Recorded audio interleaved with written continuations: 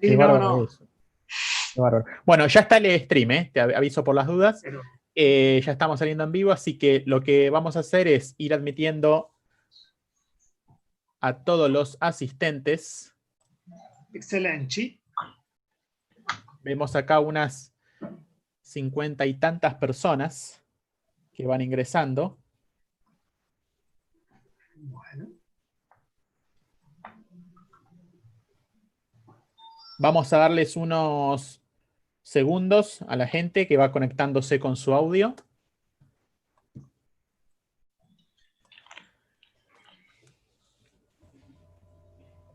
Excelente. vos vas a silenciar a todos, ¿no? Mientras Si tanto, entran automáticamente silenciados, les pedimos perfecto. que si alguno por algún motivo le queda prendido el micrófono, que por favor lo vaya cerrando. Y ahora que veo que se fueron conectando, bueno, me presento, mi nombre es Hugo Granchetti, algunos ya me conocen. Desde Participación les damos la bienvenida a este ciclo de seminarios que estamos abriendo en el día de hoy. Hoy contamos y tenemos el gusto de tener aquí virtualmente con nosotros al doctor Marcelo Rodríguez Fermepín, que es profesor de microbiología clínica del área de inmunología y virología clínica del Departamento de Bioquímica Clínica de la Facultad de Farmacia y Bioquímica de nuestra Universidad de Buenos Aires. Y muy gentilmente, Marcelo hoy nos va a hablar sobre el diagnóstico molecular de COVID-19 y los desafíos que esto implica para el laboratorio bioquímico. Vamos a dejarlo entonces a Marcelo que desarrolle su seminario y luego al final hacemos alguna ronda de preguntas. Si quieren hacerlas, las van a poder hacer a través del chat y Marcelo muy gentilmente las va a contestar. Así que, Marcelo, muchísimas gracias por estar aquí con nosotros. Te pasamos desde ya la posta. Fíjate si podés compartir correctamente ahí la pantalla sin problemas. Y Ahí bueno, el vamos. escenario es todo tuyo. Y nuevamente, gracias. Bueno, gracias a ustedes por la invitación, así que de la que me alegro y espero que les guste la presentación. Estoy ahí compartiendo pantalla, a ver si está. Ahí, bien, Ahí está bien. perfecto. ¿Se ve bien? Perfecto. Bueno, bienvenidos, bienvenidas a todos. Vamos a intentar, yo sé que algunos me han visto en un seminario del Infibioc, más que algunas diferencias en la presentación, van a encontrar alguna diferencia en los números, pero bueno, no me quiero anticipar mucho. Bien, antes que nada, feliz día del amigo, y lo digo porque, bueno, es una reunión de participación, así que tengo muchos amigos acá, así que quiero saludar a todos y a muchos de los amigos que hoy no podemos saludar por el distanciamiento social, así que un abrazo para todos. Bien, el COVID-19, ¿sí? Vamos a ver un poco la definición, es una enfermedad infecciosa producida por el nuevo coronavirus, ¿sí? El SARS-CoV-2. Los síntomas habituales es la fiebre, la tos seca, el cansancio. ¿Sí? No habría mucha diferencia con cualquiera de las infecciones que solemos tener a partir del otoño-invierno. Tiene algunos síntomas menos frecuentes como malestar general, congestión nasal, dolor de cabeza, dolor de garganta, diarrea. Uno que es bastante característico, se está viendo que es bastante característico, es la pérdida del gusto o olfato. Inclusive, a veces queda esta sensación de falta de gusto y olfato, queda hasta después de que se supera la enfermedad. Algunas personas infectadas solo presentan síntomas muy leves y esto cada vez, algunos lo opinaban casi desde el comienzo, la gran mayoría de las personas tiene síntomas muy leves o casi ningún síntoma. Esto se ve en algunos estudios epidemiológicos que se están haciendo en los países donde ya pasó el pico más grande. Un porcentaje bajo presenta el cuadro grave y dificultades para respirar, son los que necesitan internación. Y lamentablemente de estos cuadros más graves hay un porcentaje importante que fallece. Entre los más afectados, y lo digo en el marco de la Facultad de Farmacia y Bioquímica, se encuentra la ciencia. Sé que va a haber más seminarios y probablemente algo se hable de esto, pero acá tenemos lo que se decía hace un mes y medio, ¿sí? Sobre la preocupación porque se han publicado trabajos que revistas importantísimas como Lancet o New England han tenido que decir que estaban en revisión. Y entonces rescato esta opinión que dice: la evaluación de medicamentos durante las emergencias de salud pública necesita buena ciencia, mejores prácticas y comunicación adecuada. Lamentablemente, mucha de la comunicación que hay es comunicación mediática, y se toman trabajos y se le da la misma relevancia a cualquier tipo de revista y a cualquier tipo de N. Bueno, cualquiera de ustedes que esté interesado en el tema, si busca, va a ver que hay trabajos con Ns ínfimos y que sacan conclusiones. Así que bueno, se está publicando mucha información que nos sirve, por eso siempre digo, la primera afectada es la ciencia. Bueno, más definiciones. La transmisión claramente es de vía respiratoria, principalmente por las secreciones, y las vías de aerosoles, la fecal oral y las fomites son vías posibles, pero todavía, digamos, si bien fueron muy firmes, sobre todo por contacto con superficies al comienzo, ahora está bastante superada esta sensación y toma más relevancia la vía de los aerosoles. ¿Sí? Ustedes sabrán que hubo un llamamiento de algunos científicos a que la OMS diga que es transmisible por aerosoles. Bueno, todavía se sigue en estudio. Vamos a decir en general que el COVID-19 es una enfermedad de la que sabemos menos de lo que se publica y se dice, ¿sí? Y nos falta mucho para aprender. La patogénesis es la interacción entre este virus, que es lítico, y el huésped. Y acá en el huésped hay muchas cuestiones que están asociadas a su progreso, básicamente la carga genética y las comorbilidades. Hay una respuesta inflamatoria agresiva de las vías aéreas, ¿sí? Esto es lo que produce la reacción, la infección viral produce una respuesta inflamatoria muy grave, y esto aumenta la susceptibilidad a infecciones bacterianas, ¿sí? Dificulta obviamente esta tormenta de citoquinas inflamatorias, dificulta la respiración, ¿sí? Hay inclusive fibrosis de pulmón, y termina posteriormente con un daño multiorgánico, pero volvamos a decir, en un porcentaje de los pacientes que se internan por cuadros graves, no en la mayoría de los casos. La dinámica, fíjense, hoy estamos a 20 de julio, hace 8 meses China reportaba los primeros casos de neumonía de causa desconocida. En enero ya se identifica a este virus, ¿sí? Como el responsable de estos casos de neumonía, de esta nueva neumonía.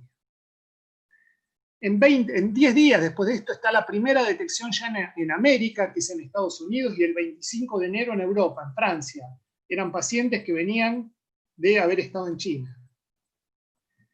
El 11 de febrero la Organización Mundial de la Salud declara la emergencia de salud pública de importancia internacional, y un mes después, pandemia. Fíjense que en menos de 3 meses pasamos del descubrimiento de una nueva neumonía a una pandemia. Bueno, acá tenemos los casos, y esto es para que vean dos cosas. Una, acá tenemos, esto lo publica la Johns Hopkins University de Estados Unidos, la publica en tiempo real. Esto es de mi presentación, esta captura de pantalla es del 18 de junio de hace un mes y 2 días, ¿sí? Que la tomé para la última presentación que había hecho. Teníamos 8.300.000 casos confirmados y 450.000 muertes, y esto es de hoy, de anoche, perdón. 14 millones de casos y 600.000 muertes. Por suerte, los casos aumentan a una velocidad mucho mayor que la de las muertes. Ahora, si yo a cualquiera de los que están del otro lado, que me los imagino, les pregunto, ¿saben cuántas personas se enfermaron de gripe hoy en el mundo? En la semana, en el mes, en el año, no tenemos idea. ¿Cuántos accidentes de tránsito? Bueno, esto también tiene que ver con la dinámica de esta enfermedad, y es que es la primera vez que tenemos un registro en tiempo real, no solo PCR en tiempo real, que después vamos a hablar, sino un registro en tiempo real de los casos. Y si le prestan atención, acá tienen los lugares con mayores casos. Fíjense que coincide exactamente con esto, que son los vuelos, ¿sí? Del día de ayer a la noche en todo el mundo. Estos eran los aviones que estaban volando ayer a la misma hora, ¿sí? A las 6:30 de la tarde, de Estados Unidos, a las 8:30 de la noche acá. Bien. Fíjense que por eso, cuando empiezan los primeros casos en China, en un mes ya estaba en Europa y en Estados Unidos. Bueno, algunos datos de la situación local. El primer caso en Argentina es el 3 de marzo. El 4 de marzo nosotros hicimos el pedido de reactivos, ¿sí? Realmente después voy a decir que nosotros en este laboratorio ya habíamos aprendido de la epidemia de influenza A, así que esta vez, la verdad que yo volví de las vacaciones, había algunos datos en los diarios de lo que estaba pasando y me junté con el equipo y dije, empecemos a buscar qué reactivos vamos a comprar y pidamos, y ahí tienen que el primer caso fue el 3 de marzo y el cuarto ya teníamos pedido los reactivos. El primer fallecido de América es el 7 de marzo y es en la Argentina, es un paciente que también venía de viaje. El 11 de marzo ingresa el primer paciente al Hospital de Clínicas de la Universidad de Buenos Aires. El 13 de marzo recibimos los reactivos, fíjense, un poquito más de una semana. El 18 de marzo realizamos el primer ensayo y tenemos el primer caso confirmado, ¿sí?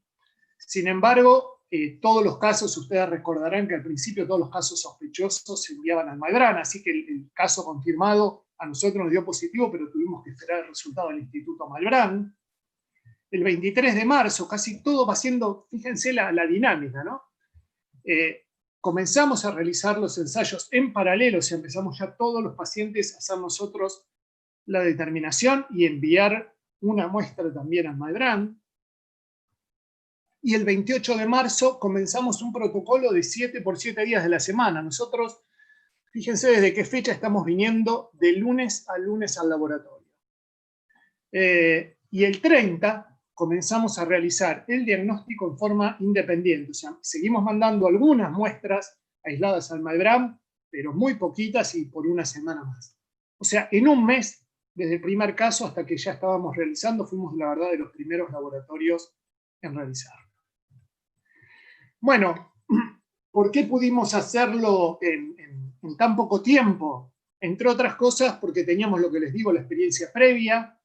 Nosotros teníamos la experiencia de la pandemia de influenza H1N1 del 2009, y además de la experiencia que nos dejó algunas capacidades instaladas, como la cabina de seguridad biológica certificada, siempre la mantuvimos controlada y en las mejores condiciones, y un termociclador, ¿sí? Real-time PCR también certificado.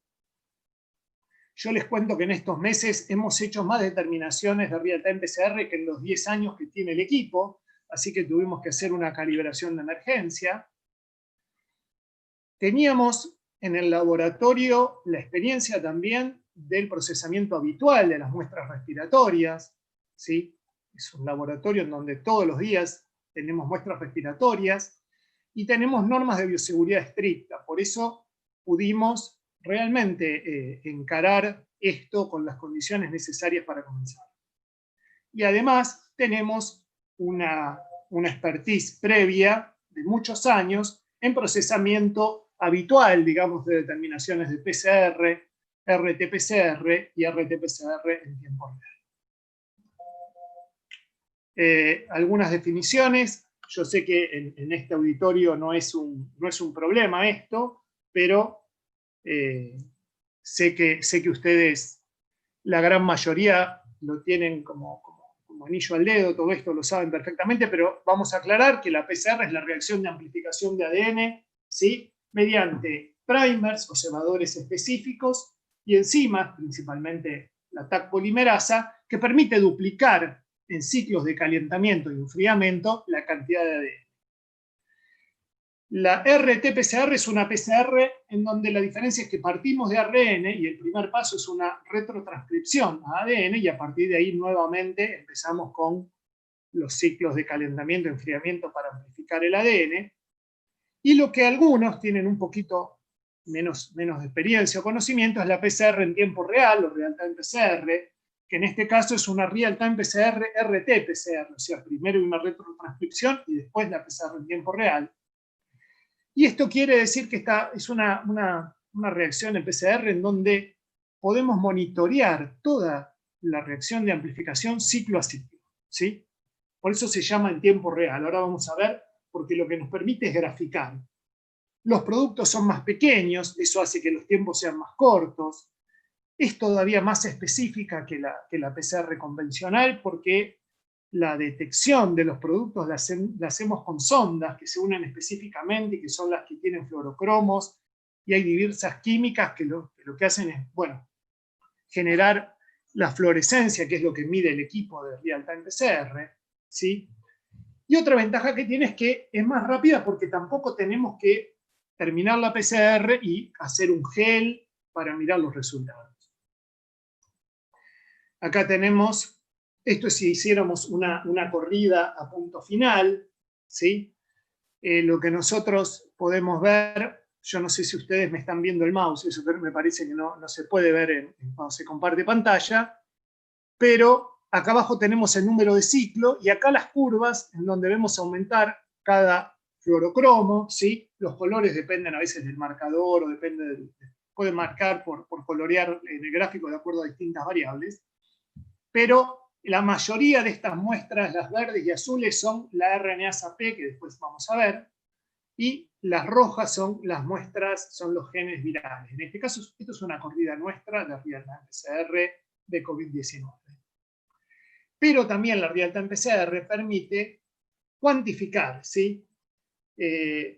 Entonces, cada 3,3 ciclos, porque en cada ciclo duplicamos, podemos hacer una gráfica, ¿sí? Con bastantes reiteraciones y calibrar. Y lo que ven acá, que son curvas todas muy parecidas una a la otra, son curvas de repetición. Este está tomado de la bibliografía, pero es lo mismo que tenemos nosotros, en donde, de acuerdo al ciclo umbral o CT, que ustedes habrán leído y que se comenta qué CT tiene este paciente de virus, tiene que ver a un CT más alto, una carga más baja, una carga viral más baja, y a un CT más bajo, una carga viral más alta. Bueno, eso también es una información interesante que nos permite, una vez que calibramos esta técnica, obtener. Más allá del equipo de real-time PCR, si no hay un equipo de recursos humanos capacitados y formados y con ganas, la verdad que se complica, y creo que esta es la foto, y después va a haber otra más importante de toda la presentación, porque este es el equipo que está todo el día, desde las 7 de la mañana hasta, como decía recién, que contaba Ana González, algunos días hasta las 10:30 de la noche, resolviendo las muestras del hospital, las cuales resolvemos en el día, como muy pocos centros hacen hoy. Bueno, ¿qué muestras se pueden utilizar? Básicamente, nosotros estudiamos hisopados nasofaringios y orofaringios, ¿sí? Ahora vamos a ver cómo llegan, les voy a mostrar cómo los recibimos. También algún que otro lavado bronquialveolar, pero muy pocos. Y algunas otras muestras, como los aspirados, traqueales, nasofaringios, esputo, biopsias. Hemos tenido, sí, material cadavérico de personas que fallecieron supuestamente por COVID. El transporte de la muestra. Acá tenemos la ficha. Nosotros armamos acá en el laboratorio de bioquímica clínica del Hospital de Clínicas de esta universidad un kit, llamémoslo así, que tiene un tubo cónico con 3 mililitros de solución fisiológica, los 2 hisopos de Dacron estériles con mango plástico, uno para el hisopado nasofaringio y otro para el orofaringio, la ficha, ¿sí?, que hay que completar para que podamos ingresar después los datos del paciente al CISA, y la orden médica, que es la que está en color rosa. Todo esto va en una bolsa con el logo de la bioseguridad, que tiene 2 bolsillos, uno para las fichas y otro para el material. El material se pone en un bolsillo de plástico separado para que no contamine a las órdenes, pero lamentablemente a veces viene todo junto. Esta bolsa con el material se pone en ese contenedor rígido de tapa azul oscuro que están viendo, y todo esto después va en otro contenedor que es la caja de cartón de transporte. Bueno, una vez que tenemos la muestra, y acá hay algo que dije al principio, pero quiero resaltar ahora, uno de los principales problemas es la extracción y purificación en condiciones de bioseguridad adecuadas. Nosotros realizamos un método comercial basado en columnas de afinidad. Estamos también ahora incorporando un equipo por separación por perlas magnéticas, ¿sí? El trabajo se hace en cabina de seguridad de clase 2 certificada. Fíjense todo el equipamiento de protección médica, o sea, además de guardapolvo está el camisolín, el barbijo N95, un barbijo quirúrgico que protege y alarga la vida útil del barbijo N95, las antiparras, la cofia, el doble par de guantes, ¿sí? Bueno, esto es lo que lleva, y esto les podría decir que es de lo que lleva más tiempo, ¿sí? Porque hay que sacar cada muestra, hay que vortexear cada tubo, vortexear el tubo, tomar la muestra, cargarla en las columnas e iniciar todo el trabajo. Más o menos unas 12 o 16 muestras llevan aproximadamente de extracción de ARN unas 2 horas o 2 horas y media. Bien, el equipo de protección personal ya se los nombré. El algoritmo inicial, cuando esto empezó, era primero descartar influenza, y recién ahí las muestras que eran influenza negativa, nosotros el diagnóstico de influenza lo hacemos, como decía, desde el 2009. Una vez que daba la muestra de influenza negativa, se enviaba al MyBRAM en la búsqueda del SARS-CoV-2. O lo hacíamos nosotros, influenza negativa, estudiábamos SARS-CoV-2. Hoy el algoritmo es comenzar directamente, por la epidemiología que tenemos, directamente por la búsqueda de SARS-CoV-2, y en algunos casos que da negativo, o se repite la búsqueda a las 24-48 horas, o se sospecha en influenza. Pongo dengue porque hemos tenido más de un caso de SARS y dengue, porque hemos pasado la epidemia de dengue más importante de nuestra región, ¿sí? Así que hemos tenido muchísimos casos, y muchos de los casos al comienzo que eran sospecha de COVID, en realidad el cuadro febril era por dengue. Bueno, los protocolos de real-time RT-PCR, ¿sí?, se basan en la amplificación de distintos genes de proteínas virales. El CDC propuso un algoritmo de la detección de 3 regiones distintas del gen N, ¿sí?, de la nucleoproteína. El MyBRAM tomó el protocolo de la Organización Mundial de la Salud, que es una región del ORF1, el RDRP y la proteína E. Y después hay varios equipos comerciales distintos, Marco, que tuvieron aprobación relámpago, porque realmente, si para nosotros poner a punto el protocolo tomó un tiempo, imagínense lo que es producir reactivos para el mundo, ¿sí? Bueno, se hicieron varios protocolos, hay protocolos que detectan 3 genes, ¿sí? Acá no, en nosotros, en estos 2 que nombré no está, pero varios utilizan la proteína S también, además del N y el E. Algunos tienen 2 genes y algunos tienen un único gen. Por otra parte, hay que decidir qué se va a hacer. Varios de los genes tienen un control interno, ¿sí? Tienen un blanco que si se amplifica, el blanco que incorporaron se da por válida la reacción, y otros utilizan la amplificación de la RNA-SAP humana. Nosotros preferimos en nuestro protocolo amplificar la RNA-SAP, porque la RNA-SAP nos permite no solo ver que la extracción de RNA fue exitosa, sino que ver que la muestra también estaba bien tomada, ¿sí? En los equipos que tienen nada más que control interno, yo puedo saber que no tienen inhibidores porque permite amplificar, pero yo no sé cuán bien tomado o no estuvo la muestra. Bueno, además de los protocolos de real time, hay algunos kits de amplificación isotérmica por LAMP con distintos blancos moleculares, en particular el NeoKit, que es el primero que se publicitó en la Argentina, apunta a 4 blancos moleculares.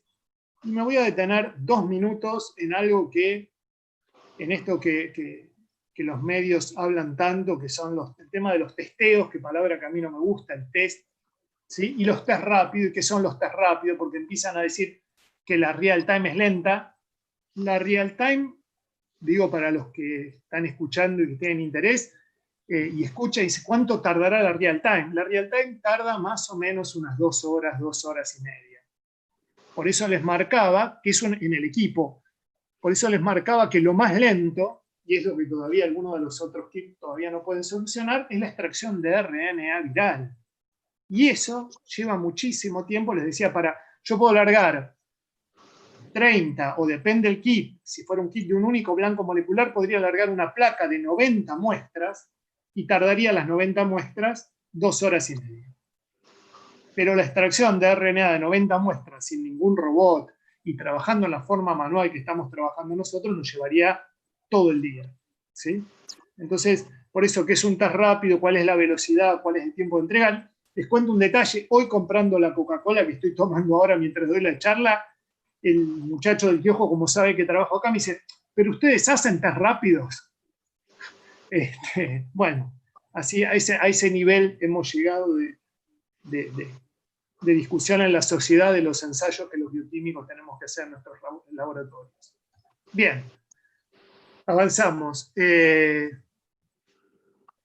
Esto lo pongo porque, si bien tiene un tiempo, esto es lo que dijo la FDA. La FDA misma dijo que iba a supervisar un poco más las pruebas que estaban aprobando, porque en la desesperación se habían aprobado algunas cosas que aparentemente no tenían los requisitos que ellos mismos consideraban que debían tener, así que estaban controlando de nuevo. Si bien acá habla de las técnicas de anticuerpo, hablaba de todos los equipos diagnósticos. Bueno, algunas cuestiones de la real time. Nuestro protocolo, el protocolo que nosotros usamos es el protocolo que les decía que propuso el CDC de Estados Unidos, a las 3 regiones de la proteína N, ¿sí? Las regiones N1 y N2 son regiones específicas de este nuevo coronavirus, del SARS-CoV-2, y el N3 era del pan-coronavirus, o sea, daba positivo con todos los coronavirus, y también el control de la RNA-SAP. Esto duró un mes y medio, cuando ya todo el mundo dijo ya no tiene más sentido estudiar el N3 porque todo el coronavirus que está circulando es el SARS-CoV-2, así que en este momento se hace el N1 y el N2 con la RNA-SAP.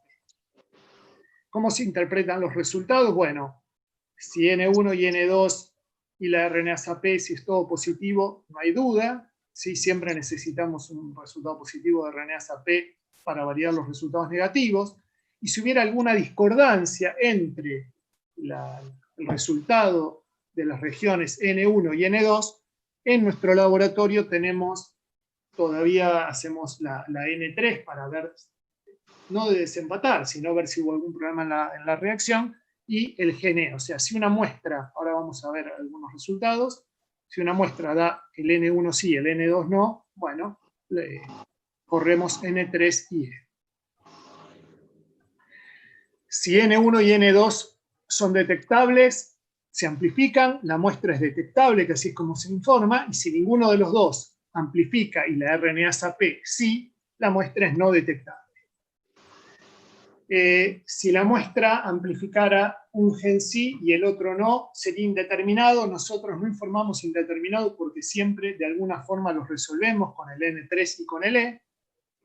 Y en los casos en que se mantiene o queda uno solo, pero un título, una carga viral moderada, a veces preferimos solicitar una nueva muestra. Acá tenemos una corrida clara en donde los dos marcadores, fíjense que el color está por muestra, las dos curvas del N1 y el N2 son paralelas, están perfectas, y acá tenemos una de estas muestras que le digo que hay discordancia, que en general las discordancias son ACTs altos, o sea, carga viral baja, en donde en general el N2 es un poquito más sensible, ¿sí?, que el N1. Estos son los casos que nosotros resolvemos estas discrepancias con técnicas de amplificación de real time, apuntando o a la región 3 del gen N o a la proteína E. Bueno, importante en esto es que cada resultado lo analicemos en el contexto clínico y epidemiológico, sin que esto tenga que decir, bueno, no, si este paciente tiene más síntomas o menos síntomas, debe ser esto o aquello, sino que algo que lo habrán visto en muchos requerimientos para donante de plasma, pero el donante de plasma tiene que tener PCRs negativas para poder donar, entonces hay que analizar muy bien, ¿sí?, porque en general cuando son positivos tienen cargas muy bajas. Entonces, bueno, ver en qué situación estamos antes de informar, ¿sí?, si bien no hemos tenido casi ningún problema, eso es importante. Y es importante también ver la evolución y la carga viral, ¿sí? Si bien no estamos haciendo un recuento exacto de carga viral nosotros, como les digo, podemos ver en la curva de calibración que hicimos y de acuerdo a los CT que tenemos, si hay más o menos carga viral, ¿sí? Y a veces digo porque me anticipo algunas de las preguntas, ¿cuántos falsos negativos tiene la real time? Y la verdad que, de acuerdo a la experiencia que nosotros estamos viendo, muy baja, ¿sí? Y los casos han sido en personas, por ejemplo, que han tenido un contacto estrecho y no tienen síntomas, entonces se le estudia porque tenía alguna molestia un poquitito menor, etcétera, y ese día que nos da negativo o que nos da casi un fantasma, bueno, a las 24 o 48 horas tienen una carga viral mucho mayor. O sea que en realidad no fue que la técnica fue negativa, sino que todavía la infección era muy inicial. Y en todos los casos, y algo que lleva bastante tiempo, pero que es importantísimo, que se está haciendo es la notificación al sistema integrado de salud, ¿sí?, de donde se sacan los datos que todos los días las autoridades del ministerio publican en los medios. Y esto ya lo dije antes, todo esto ha generado para nosotros un aprendizaje continuo. Bueno, algunos desafíos actuales que tenemos como bioquímicos, que era un poco lo que estaba en el título de la presentación. Realmente, cuando uno piensa que ya llevamos, fíjense, del 4 de marzo al 20 de julio, de que comenzamos con este tema en nuestro laboratorio, pero en menos de un mes teníamos la técnica puesta a punto y estábamos comenzando a hacer el diagnóstico. El desafío es la cantidad de muestra que se incrementa realmente día a día, y algunos otros que voy a nombrar acá. Uno es el tema de los costos, son técnicas caras, ¿sí?, es una técnica costosa. El costo-beneficio de realizarla, esto creo que es importantísimo plantearse a quién se le va a hacer, ¿sí?, y las estrategias. Por eso digo, al principio hacíamos 4 reacciones por cada muestra, después ya de acuerdo a la prevalencia no tenía sentido hacer el pan-coronavirus, hacíamos N1 y N2 y la remesa P, y ver los valores predictivos, positivos y negativos de la determinación, que claramente influye la prevalencia de la enfermedad. Otro desafío, el tema de los reactivos. En este momento no tenemos, y voy a decir una palabra bastante poco académica, la locura que implicaba llamar a un proveedor y llamar a otro porque no había reactivos. No había reactivos porque vieron los millones de casos en todo el mundo. Es todo el mundo el que está demandando reactivos, ¿sí? Por lo tanto, el reactivo que teníamos y que estábamos utilizando, a la semana o a las 2 semanas no había stock, no había en plaza y había que cambiar, ¿sí? Entonces la rotación de reactivos y en algún caso la utilización de reactivos que nunca habíamos utilizado en el laboratorio, ¿sí?, o marcas que nunca habíamos utilizado, o marcas totalmente desconocidas que era lo único que había a mano en ese momento. Eso requería una validación continua de la técnica, ¿sí? Realmente ha sido agotador esto. Y también otro desafío es algo que se viene, que es otro tipo de muestras. Hay algunos trabajos que dicen que la saliva sería un mejor predictor, cuando todavía no tenemos en orofaringe, sí en saliva. la primera replicación aparentemente virales en glándulas salivales. Los gargarismos, nosotros estamos ensayando todavía los gargarismos en los pacientes del hospital, y sí, tiene una carga viral, digamos, la sensibilidad baja en cuanto a la carga, pero no en cuanto a detectable o no detectable. Pero bueno, necesitamos un N mayor antes de tener una respuesta a esto. Pero esto podría, por ejemplo, facilitar el tema de la toma de muestra si hay que tomar muestras en un número mayor de pacientes, ¿no? El tema de los pools, hay varios equipos trabajando. Nosotros en un proyecto de salud comunitaria estamos colaborando con la Universidad de Buenos Aires, con la Fundación Mundo Sano y la Municipalidad de San Antonio de Areco. Estamos probando el tema de pools en campo. Es una cuestión interesante, pero hay que observar con mucho detenimiento las curvas, ¿sí? Porque el tema es que ante cualquier sospecha hay que abrir el pool. Acá no es una muestra individual, en donde acá sabemos que hay una dilución de la muestra y hay que prestarle mucha atención, pero también puede ser una estrategia importante cuando querramos estudiar un mayor número de muestras, y eso es lo que se nos está viniendo, ¿sí? Eso lo estamos viendo todos. Y el tema de la detección de anticuerpos, que es un tema que se habla muchísimo y el cual, más allá que soy profesor de la materia de inmunología y virología clínica, y la mayoría de lo que hacemos, además de las detecciones por biología molecular, es la detección y medida de anticuerpos. En el caso del COVID, a mí, según mi entender, tiene una utilidad bastante limitada. Acá tenemos un gráfico, el gráfico de un consenso de varios trabajos. Vemos que cuando comienzan los síntomas, el paciente ha estado más o menos entre 1 y 2 semanas previas expuesto a la infección por el virus. Cuando comienzan los síntomas tenemos un pico de carga de detección, de carga en nasofaringe, ¿sí? También se podría hacer un poquito menos en esputo, y esto se mantiene bastante bien en el tiempo, ¿sí? Fíjense que el tiempo en donde el virus se aísla del tracto respiratorio son unos 10 días después del inicio de los síntomas, y recién ahí empezaría a detectarse, y casi en forma conjunta, los anticuerpos de tipo IgG y IgM. Entonces, los controles que en algunos lados se proponen de implementación de serología, de estudiar los anticuerpos, digamos, estamos teniendo resultados retrospectivos. No porque un paciente que tenga anticuerpos no pueda todavía tener una carga viral y no pueda quizás ser contagioso, sino porque no nos está hablando de lo que pasó en la semana previa. Entonces, bueno, hay que tomarlo con pinzas. Les cuento nuestros resultados, ¿sí? Fíjense, pacientes estudiados, casi 1.500 pacientes, pacientes detectados 370. Nosotros, si alguno vio algunas presentaciones anteriores, teníamos un porcentaje de positividad que estaba cerca del 12%, después del 15%, 20%, y ahora estamos 25%. O sea, casi 1 de cada 4 pacientes estudiados. Eso habla de que el tamizaje que se hace en el hospital y la selección de pacientes es buena, y que los casos cada vez son más. Las muestras analizadas fueron 2012, ¿sí? Las determinaciones, incluyendo los controles positivos, negativos y algunas repeticiones, son casi 2.500 determinaciones. El 55% de los pacientes es femenino. En el hospital hubo 20 óbitos al día de hoy. Y les quiero marcar, así como les mostré que en la diapositiva del control día a día de los pacientes de la Johns Hopkins, en un mes de diferencia, qué cantidad de casos había aumentado en el mundo. Nosotros, de hace un mes, la cantidad de muestras que teníamos analizadas era 956.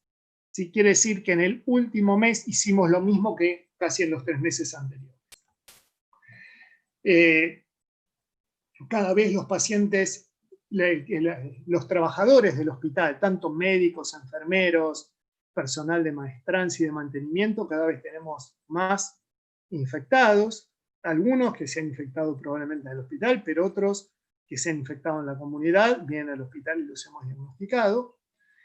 y el porcentaje más o menos de pacientes totalmente asintomáticos que han sido estudiados por contacto estrecho y que dieron resultado positivo es cerca del 20%, o sea, de los que eran sospechosos por contacto y tuvieron el 20%, o sea, imagínense cuántos casos realmente están dando vueltas sin ningún tipo de síntomas. Bueno, estos son los resultados de hace un rato que tenemos. Nosotros tenemos en este momento en el país 126.000 casos confirmados, ¿sí?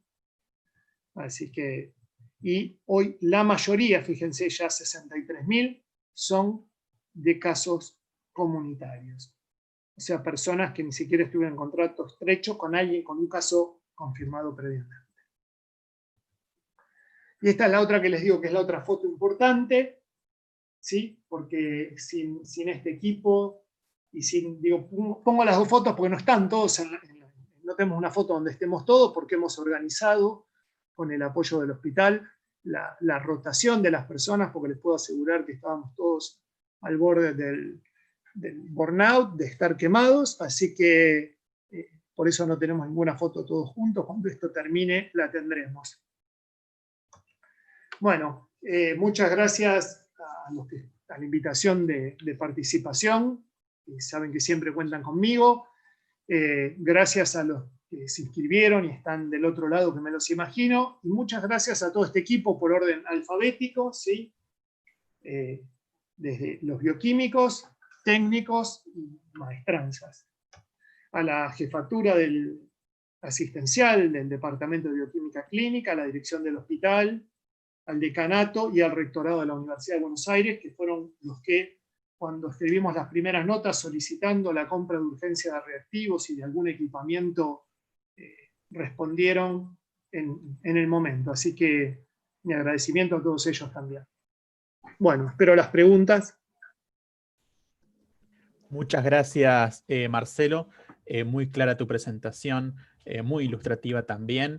Y la verdad, demuestra el enorme trabajo que se está haciendo. Desde ya nuestras felicitaciones a vos y a todo el equipo por cómo aplican todo su conocimiento profesional, y además me encantó el hincapié que has hecho en lo que significa, ¿no? El trabajo justamente en equipo de todos los profesionales de la salud, que es siempre valioso y especialmente en estas épocas es muy, muy, muy importante. A los asistentes les pedimos que vayan volcando las preguntas que tengan para hacerle a Marcelo a través del chat. Ahí, Marcelo, te están agradeciendo por la excelente exposición. Muchas gracias. Que ha sido muy claro. Te felicitan. Gracias, Hugo, y gracias a los colegas también acá por el chat. Muy bien. Bueno, les damos estos segundos para que vuelquen sus preguntas ahí por el chat. Aprovechen acá la presencia del doctor Rodríguez Fermepín. Te siguen felicitando. Bueno, están muy entusiasmados con felicitarte, bueno. Marcelo. Se ve que ha sido muy, muy claro. Bueno, me alegro mucho. Y te felicitan tanto a vos como al equipo. Sí, sí, bueno, sí. A mí me toca, en estos casos, soy la cara visible que está dando la presentación, pero realmente, y no sé si escucharon algunos clines porque me van mandando, porque si algunos me conocen saben que soy un poco obsesivo, me he puesto un poquito más obsesivo en estas épocas y estoy atrás de los resultados todo el tiempo, así que me van mandando algunos resultados por WhatsApp y vamos conversando. Acá empezaron a aparecer algunas consultas, Marcelo. Bien. Te preguntan cuál es tu experiencia con los equipos que detectan anticuerpos. No tenemos todavía experiencia para relatar específicamente. Tenemos algunos reactivos que están llegando al hospital y que vamos a comenzar a estudiar en pocos días, ¿sí? Pero creo que la utilidad, todavía está limitada. Fíjense, les cuento, hay algunos de estos equipos rápidos, como se les dice ahora todo el tiempo, de diagnóstico para hacer controles, los tipos de BATES con la gotita de sangre, ¿no? Pero si ustedes leen el inserto, ¿saben lo que dice? Todo resultado negativo, sospechoso, debe ser confirmado por Real-Time PCR. O sea, si es sospechoso, le tengo que hacer la PCR, no tiene mucha ventaja, ¿sí? O al menos yo no se la encuentro. Quizás si un retrospectivo, yo tengo un proyecto con algunos otros profesores de la facultad, en donde tenemos interés en tratar de hacer estos estudios y, bueno, ¿cuánta población estuvo expuesta? Y no nos queda otra que hacerlo mediante anticuerpos, ¿sí? Acá también otra de las colegas consulta por el informe, ¿no? Por el informe molecular, la Sí. claridad que debe tener y demás. ¿Cuál es tu visión al respecto? ¿Cómo lo están trabajando? Mira, es una buena pregunta. Nosotros lo que informamos, porque es lo que nos parece correcto y es un poco el consenso, es informar detectable, porque nosotros lo que estamos haciendo es tratar de detectar el marcador viral, ¿sí? Los genes virales, o no detectable. Esa es nuestra forma de informar. Claramente, si la muestra es no detectable, pero tampoco hay RNA-P, nosotros ahí obviamente solicitamos nueva muestra. ¿Sí? Ahí la calidad de la muestra era mala, solicitamos una nueva muestra. También te preguntan por la frecuencia con la cual se realizan controles al personal del laboratorio. ¿Cuál es esta frecuencia? Mira, la verdad es que hicimos una toma de sangre inicial, creo que fue más o menos a principio de abril, de todos nosotros, y no hemos tenido, la verdad tendríamos que estar haciendo ahora una segunda toma, pero no nos estamos controlando porque la verdad ninguno ha tenido síntomas. Toquemos madera, estamos cuidándonos muchísimo, ¿sí? Todo el tiempo y sí, hemos tenido 2 casos porque, bueno, hubo una de las personas del laboratorio que tuvo fiebre, pero fue una infección urinaria, sin embargo se hizo el estudio, fue negativo, y también la semana pasada una persona del laboratorio que también se sintió un poco mal y se le hizo también el estudio y dio negativo, pero no lo estamos haciendo como control de asintomáticos. Perfecto, perfecto. ¿Cuánto tiempo permanecen los anticuerpos? Bien, es una buena pregunta y saberla es más difícil que saber un número para jugar en la lotería, digamos. Hay un trabajo que sacó la Universidad de Córdoba, que no es un paper, es un resumen de resultados, pero que me gustó mucho porque coincide también con mucho de lo que se ha publicado, y es que, por ejemplo, 1/3 de los pacientes aparentemente no levanta una respuesta de anticuerpos medible, ¿sí?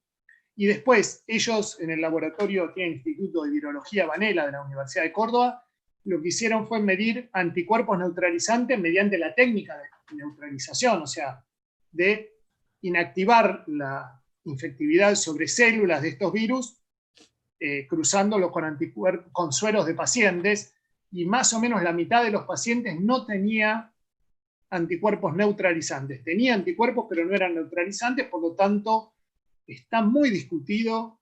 A ver, acá con el jefe de infectología un día, cuando esto empezó y teníamos más reuniones que ahora porque nos sobraba tiempo todavía en ese momento, estábamos hablando de qué iba a pasar con los anticuerpos. Y él dijo, puede pasar como el HIV, la gente tiene anticuerpos, pero tener anticuerpos para HIV no te previene de nada, no ayuda. O puede ser como el sarampión, en donde ya tener anticuerpos te garantiza que no vas a tener la infección, o sea, no vas a tener cuadros. Si una vacuna lo solucionas. En esto todavía estamos aprendiendo. Bien. Quedan un par de preguntitas más. ¿Cómo no? Si un paciente no tiene síntomas y estuvo en contacto estrecho, ¿se recomienda PCR o realizar anticuerpos? A ver, si tuvo contacto estrecho y no tiene síntomas, porque nadie me pregunta cuánto cuesta esto, y digamos, de costo nada más está entre los 35, ¿sí? o $50.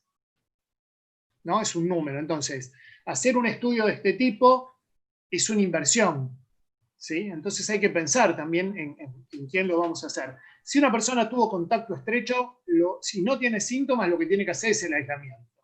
¿Está? Después del aislamiento, si esa persona nunca tuvo síntomas y se quisiera hacer un estudio, podría hacerse un estudio de anticuerpos para decir, bueno, estuvo infectado o no, aún sabiendo que un porcentaje importante no va a tener anticuerpos. Ahora, si tiene síntomas, es cuando se justifica hacer la detección viral, ¿sí? La real-time PCR. Claro. La gente también que está siguiendo el streaming por YouTube pregunta qué opinas sobre la flexibilización del aislamiento. Flexibilización, levantamiento. Ah, qué pregunta. No. Gracias, decirle gracias primero.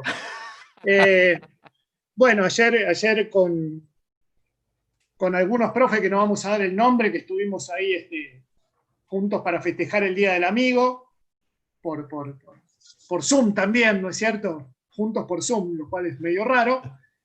Uno dijo que cuando empezó el aislamiento, yo dije que el aislamiento lo íbamos a tener que liberar en julio, cuando probablemente fuera el peor momento.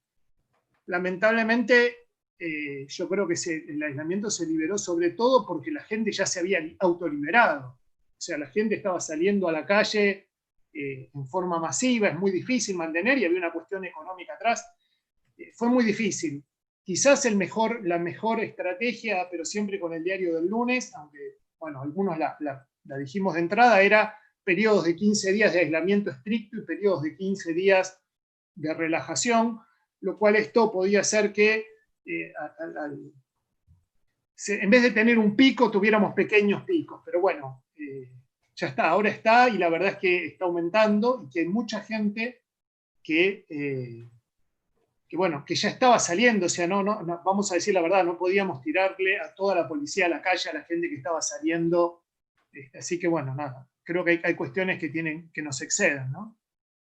Pero, digamos, todo lo que pase después del esfuerzo, esto sí quiero marcar, hemos hecho un esfuerzo como sociedad. Lo digo desde mi hija, que está tratando de estudiar en casa todo el tiempo, la que está en quinto año, que se pierde todo lo que es quinto año, ¿sí? Hasta los que tuvieron pérdidas económicas, pocas, medianas o graves, hasta nosotros, que les digo, no por mí, todo el equipo nos hemos tomado muy poquitos días desde que empezamos en marzo a venir los 7 días de la semana. Creo que todos hemos hecho un esfuerzo enorme, y ahora el esfuerzo le corresponde a toda la sociedad. Yo sé que es incómodo, pero hay que estar con el barbijo, hay que salir lo menos posible, hay que tener distancia, porque el sistema, lamentablemente, va a seguir aumentando los casos, y son casos que requieren internaciones prolongadas. Lamentablemente, así como estamos, en algún momento el sistema se va a saturar. Totalmente. Es un esfuerzo gigantesco. Sobre síntomas cutáneos, ¿qué se sabe, Marcelo? Mira, yo no te voy a contar nada porque yo no estoy viendo pacientes. Sí, lo había puesto en una diapo, dicen que aparecen algunas, o sea, está referido la aparición de manchas, sobre todo en los dedos de las manos, y manchas en los dedos de los pies, algunas manchas rosadas que podrían estar asociadas. No he leído nada más. Perfecto, Marcelo. La persona que había preguntado también, la colega, sobre el tema de los informes, ¿se va solo al paciente el informe? ¿Se emite copia al médico? Lo que pasa es que nosotros acá en el hospital es bastante particular. Nosotros estamos haciendo el informe al CISA, el sistema de notificación nacional, y estamos haciendo el informe al sistema de laboratorio, en donde lo retira el médico. Cuando los pacientes lo piden, le estamos entregando también un informe nosotros. Pero en general son informes que piden los pacientes y retiran el laboratorio una vez que pasó, para tener una constancia que estuvieron. Pero como los médicos también le hacen un alta, lo tienen en el alta. Clarísimo. Y en los casos que darían indeterminados, ¿cuál sería la sugerencia o la observación en el informe? ¿Algún tiempo indicado para repetirse la PCR?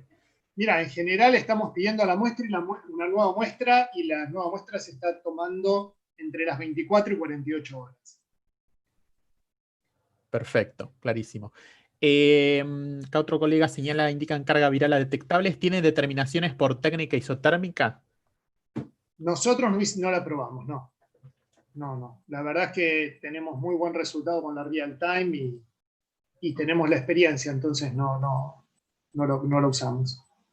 Perfecto. Bueno, siguen las felicitaciones por la presentación y por el trabajo del equipo. Y una última pregunta que quedó por acá. hay en la comunidad una idea de que cuando les da títulos se sienten protegidos y por lo que tiene entendido, solo se detectan anticuerpos antinucleoproteína. ¿Qué opinión te merece? No, hay distintos equipos que detectan distintos tipos de anticuerpos, ¿eh? No únicamente la nucleoproteína. Hay distintos formatos de detección. Lo que pasa es esto que les digo de la Universidad de Córdoba, en cuanto a que hay gente con anticuerpos cuya respuesta no es neutralizante. Así que es un tema. Todavía, la verdad que falta saber mucho. Falta saber mucho, y eso que nunca se puso, pensemos esto, honestamente, nunca se le puso la lupa a algo como se hizo con esto. ¿Sí? O sea, jamás tuvimos el recuento de casos al día de nada. Hoy lo tenemos, y sin embargo, tenemos casi tantas preguntas como al principio. ¿Sí? Totalmente, es una situación inédita en muchos aspectos. Totalmente. Yo me Las divierto, diarreas... hago un perdón. comentario. Sí. Si no hubiéramos tenido tantas películas, salimos acá, total, esto no trasciende, somos un grupo chico que estamos acá juntados en una juntada. Si no hubiéramos tenido tantas películas de zombies, de apocalipsis, ¿ustedes piensan que se le podría haber convencido a la sociedad de que un día para el otro se quedaran todos en la casa? Ya estábamos entrenados, ya lo teníamos entrenado. Hay gente que No, ahí te dicen contesta, por acá. no, ya lo veo, no. Bueno, nada, para divertirnos un poco. Totalmente, totalmente. ¿Las diarreas son muy comunes? Preguntaban ahí por YouTube. Mira, no te puedo decir cuántos casos. Sé que tenemos, algunos de los casos hemos tenido acá que ingresaron con cuadros gastrointestinales, pero no como síntoma principal. Te digo, hablando con los médicos, lo que te dicen es fiebre alta, ¿sí? Y algunos sonidos muy particulares cuando los auscultan, ¿sí? Que ellos dicen que ya uno de los médicos dice, yo ya tengo el oído COVID. Te dice, yo ya viene con fiebre, le escucho cómo está ese pulmón, los ruidos que hace, y estoy seguro. Está muy bien. ¿Y por qué hay pacientes que después de 14 días no se negativizan? ¿Se sabe qué puede ser? A ver, bueno, nada. La verdad es que tampoco, ¿a quién de nosotros cuando tuvo una gripe, sí, por virus influenza, le midieron carga viral en garganta o en nasofaringe después de que tuvo su gripe? Claro. A nadie. Entonces, por eso digo, estamos teniendo, le ponemos la lupa y ahora sabemos que hay gente que, nosotros tuvimos pacientes 60 días con detección de ácidos nucleicos virales. ¿Queda claro? Nadie probó si esos virus estaban activos, si, digamos, se infectaban. No, acá lo que teníamos era la detección del ARN viral. Ok, 60 días, no se sabe. Sí, hemos visto algunos que van disminuyendo su carga, lo cual es lógico, y tienen algunos repuntes, ¿sí? Pero esto de los casos más antiguos, en donde se hizo un seguimiento bastante continuo de algunos pacientes. Bien. Y otra colega pregunta sobre los pacientes que donan plasma. ¿Todos pueden donar? ¿Qué valor de anticuerpos tienen? Mira, como no estamos midiendo los anticuerpos nosotros, acá en el hospital se aceptan las donaciones de sangre, de plasma, se le mide, creo que necesitan algo así como más de 1 en 160. Cuando tienen esos títulos, les hacen la toma de muestra nasofaringea y nos viene a nosotros para confirmar que sea negativo. La verdad es que de los donantes de plasma, la mitad todavía le hacemos detección de, como les digo, no les digo virus activo, pero al menos sí de ARN viral. Así que esos pacientes en general los citan para la otra semana, para volver a medir, a ver si tienen ARN viral en faringe o en nasofaringe o no. Si no tienen, se le pide que tenga 2 PCR negativas antes de que puedan donar plasma. Claro, claro. Y con respecto a las vacunas, te preguntan por acá cuál de las que se están nombrando en los últimos tiempos te parece la más viable. Voy a decir algo que los docentes tenemos que decir con más frecuencia. No sé. No lo sé. La verdad que les pido disculpas. es un tema muy interesante, pero es un tema que estoy siguiendo muy poco porque la verdad que estamos con muy poco tiempo, entonces no quiero dar una opinión de lo que creo, sino una lectura crítica, que es lo que tenemos que hacer. Bien. Y preguntan por acá también sobre el papel de la Organización Mundial de la Salud. ¿Tenés alguna visión, alguna opinión que quieras compartir? Qué buenas preguntas. A ver, creo que como toda organización tiene los defectos que tenemos todos, ¿sí? Y está cruzada por intereses como todos. No me parece que haya tenido una mala respuesta, lo que sí me parece es que esto que les mostré, nunca tuvimos un sistema de control de casos en tiempo real, y entonces esto también asusta, ¿sí? Porque quizás si medimos los casos de influenza del año pasado, no sean mucho menos que estos. Sin embargo, bien, no saturaba los sistemas de terapia, digo, no estoy diciendo que eso no pase. Lo que quiero decir es cuando le ponemos tanto la lupa, ya más que la lupa, le ponemos el microscopio a una única enfermedad, bueno, se corre todo. A mí me parece que la respuesta fue bastante buena, ¿no? No le veo errores por ese lado. ¿Sí? Es más, si se fijan, inclusive las opiniones sobre el tema de las determinaciones de anticuerpos y de varias cosas, a mí me parecieron bastante claras. Bien. Y ante la gran cantidad de sintomáticos, ¿existe la posibilidad de falsos positivos? A ver, no tiene, digo, no, son como dos cosas separadas. O sea, que haya sintomáticos no quiere decir que no tiene que ver con los falsos positivos. Falsos positivos podemos tener siempre en todas las técnicas, ¿sí? Siempre podemos tener. La verdad que por eso es que el protocolo este que nosotros adaptamos iniciaba con 3 marcadores virales distintos, ¿sí? Para confirmar, y un marcador humano para garantizar la calidad de muestra. Después se avanzó hacia 2 marcadores virales, que es una forma, por eso les digo, la verdad que las muestras que da un solo marcador viral son muy poquitas y principalmente son en cargas virales muy bajas y en pacientes que vienen de una evolución larga, es en donantes de plasma o en pacientes que estuvieron internados acá y que tienen varios meses o un mes de evolución quizás, y ahí puede ser que nos dé positivo uno y negativo el otro. En casos de diagnóstico no nos, digamos, en el caso de un paciente que había sospecha clínica no nos pasó nada. Ya te están proponiendo a Marcelo como asesor presidencial, ¿eh? Frente a No, tu gracias. claridad. Me encanta. Una de las cosas lindas es que uno puede opinar de afuera sin tener la responsabilidad. No, en serio, no es menos, lo digo siempre. No me gustaría estar en el zapato de ninguno de ellos. Bueno, y para ir cerrando, creo que amerita todos los que puedan, lo que quieran, abrirse los micrófonos y darle un fuerte aplauso a Marcelo. ¿Qué les parece?